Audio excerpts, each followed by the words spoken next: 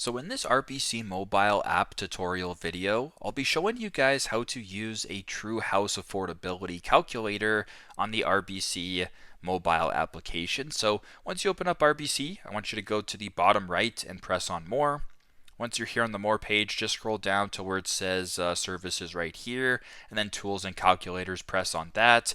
Three different options. You're looking for True House Affordability. When you press on that, it'll actually redirect you to a new page. So I'm here on the new page where it says RBC True House Affordability. Thinking of buying a home, whether you're buying your first home or your next home, get pre-qualified for a mortgage today. So this is a pretty good way of actually checking how much house you can afford. So if you're looking to buy your first home, or etc., you can go ahead and do this. If I just go ahead and press on the right arrow right here at the bottom, it'll take me to this next screen. What do you want to do? I want to buy my first home. I want to buy my next home and sell my current home, whatever the case may be. I'll just go ahead and press on first home. You can go ahead and say if you're an RBC client, but basically you can follow through the steps this way and then go through the process through the app. So very simple, very straightforward. This is how to use the True House Affordability Calculator on the RBC mobile application. Thanks again for watching, and I hope this video helps.